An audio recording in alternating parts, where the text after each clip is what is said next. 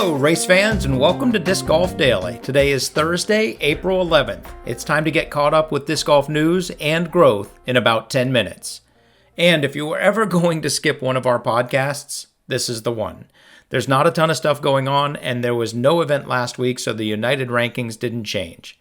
Having said that, we'll try to keep it fun and quick. Now let's get to it. Oh, whatever you do, do not share today's podcast with a friend. This one's very boring. Do not tell anyone about this podcast, please.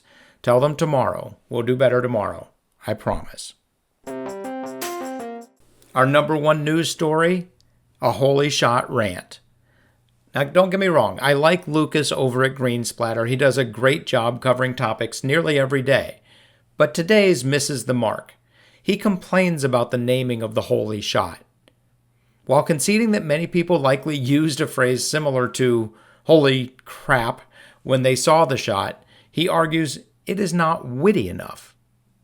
The shot, in referring to Jordan's 1989 shot to beat the Cavaliers at the buzzer, is not witty. The catch, in referring to Dwight Clark's catch to beat the Cowboys in the NFC Championship game, not witty. The drive, referring to Elway's 98-yard drive in the final minutes of the 86 AFC Championship game, it's not witty. Famous moments in sports don't need to be witty. I'd even argue that they should not be witty. This is not a moment to be pithy or clever. This is a time to celebrate the magnitude of the moment. Additionally, he argues there was nothing religious about the moment, mentioning Tim Tebow and Johnny McRae as people who literally thank God for their ability and success. However, sports moments are named after religious ideas because religious ideas are so embedded in our culture, not because the moments had anything to do with religion. Roger Staubach's original Hail Mary to Drew Pearson in 1975 was not religious. Franco Harris's Immaculate Reception, where he caught the ball off the back of another player in the 1972 playoffs, was not religious. Even the Miracle on Ice, the name of that, has religious overtones. Lucas, keep up the great work, but you missed on this one. The Holy Shot is an appropriate and fun name for the most incredible disc golf shot in history. Our number two news story, the Brixton 1-of-1 auction for charity. This was a great idea. I hope they do it every year going forward, and I hope it becomes a thing.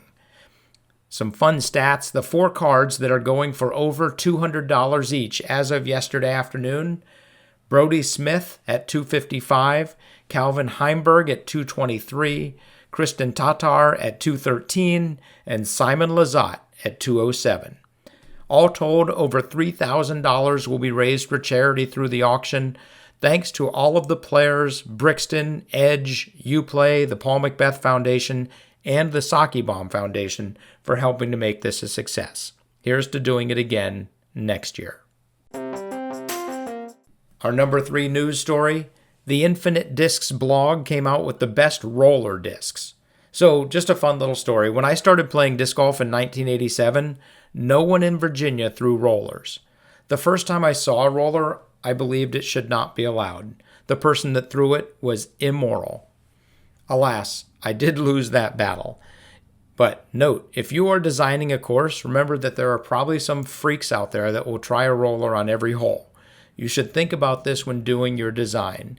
Sometimes invite them in, sometimes shut them down, depending on what shot you want to test. Having said all that, Infinite has come out with their list of the best rollers.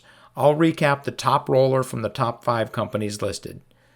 Innova's Sidewinder, the Infinite Sphinx, Prodigy's F7, Latitude 64 Diamond, and the Westside Queen. Great rollers. Go get yours, and I'm going to design a hole that won't let you throw them. Speaking of hole design, our final news story is about the triple Mando at Maple Hill. There's a good discussion going on over at Reddit about the new triple Mando at Maple Hill on hole 1. It protects the peninsula green on hole 1. Tomorrow I'll be talking... Oh, real quick, I do want to mention the picture in the link shows a basket short of the Peninsula Green. That is our temporary basket. That is not going to stay there. Tomorrow, I will be talking about my thoughts on Mandos and disc golf, as well as the thinking behind this one. If you want your comments to be a part of the conversation, click the link in the show notes and let your thoughts be heard. Hello, Reddit. Now let's talk some numbers.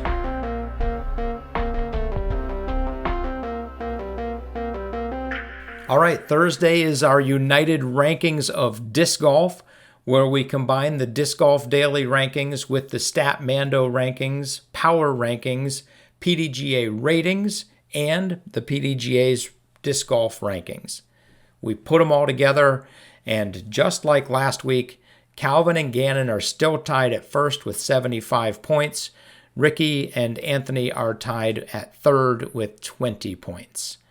And on the women's side, Kristen still leads own 95 to 80, with Missy rounding out the top three at 40 points. There were no significant tournaments. We only count Elite Series and above, so nobody made any moves, and we look forward to updating these after the Jonesboro Open. That's it for us today. Thank you very much. If you have any thoughts, news, or questions, shoot us an email at discgolfdaily@aol.com. Have fun, throw them straight, and hit the thin gaps.